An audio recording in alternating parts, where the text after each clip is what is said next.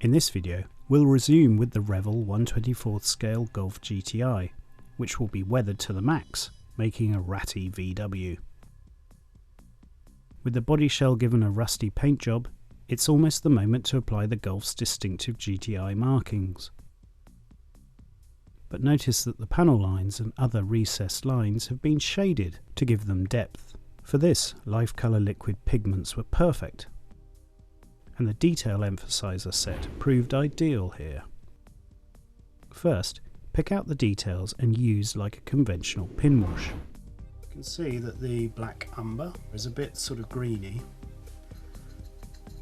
so we're adding a bit of burnt umber and a little bit of the black grey. You can see they flow very well. We're just letting the neat solution run down all the details.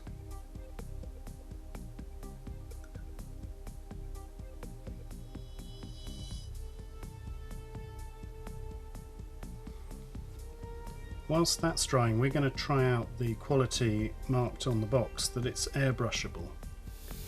Very easy to spray. Focus on this panel here. Underneath and on this door we're going to speckle it on, and we do that by turning the pressure right down.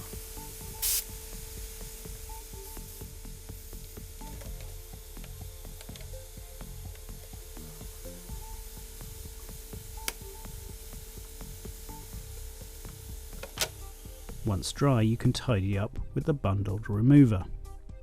We've got some general overrun from our black washes, from our dark shadow wash, particularly here on the door frame. We've got a spillage there that we'll try and remove, and we've got some runoff around our boot panel line.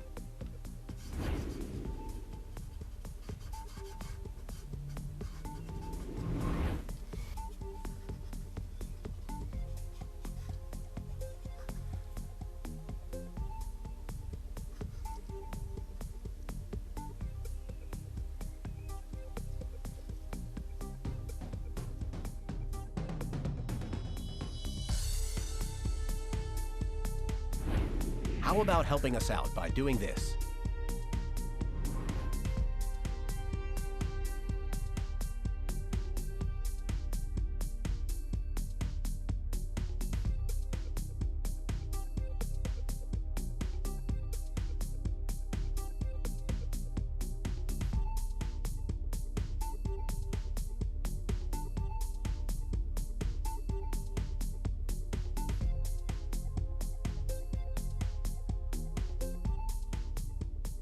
It's neat and easy with no fumes, and you can repeat as many times as necessary.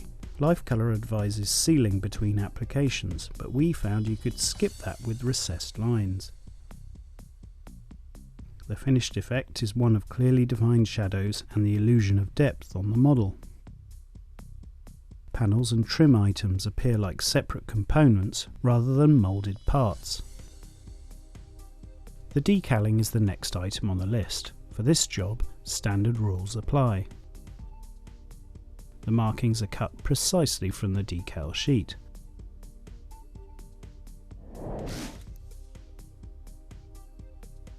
They are then soaked in water until they begin to loosen. The model is prepped with some decal setting solution, in this case micro set, wherever the markings will go, before sliding them on. You will obviously need to pay close attention to the instructions and use brushes and blade tips to adjust positioning.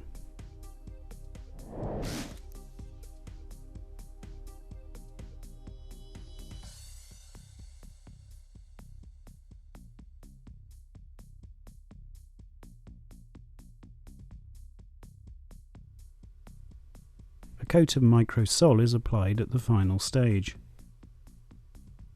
There you have it, markings on the surviving panels. To do the rubber trim, it's a case of masking them first. This is easier because of the shading that was applied earlier. Then they are painted. before being weathered. Here, that's done by using the mottled gauze technique to mottle on various black rubber tones from the Lifecolor set, made for this task. With the masking removed, the effect is pretty convincing, but we can do more. In order to show the sort of mould that gathers around rubber parts on cars left in the open, the Lifecolor Grime set is used.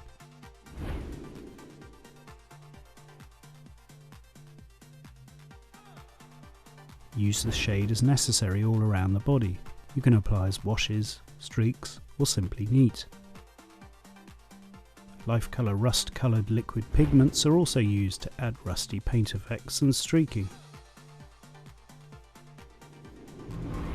Some darker shadows were added using more shades from Lifecolor's Grime sets. This was mostly around the rear wheel arches.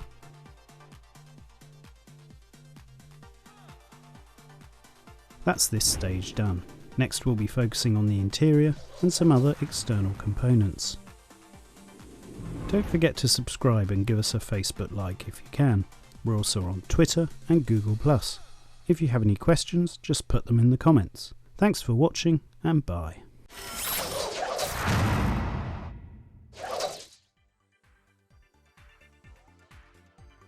Subscribe for our latest videos.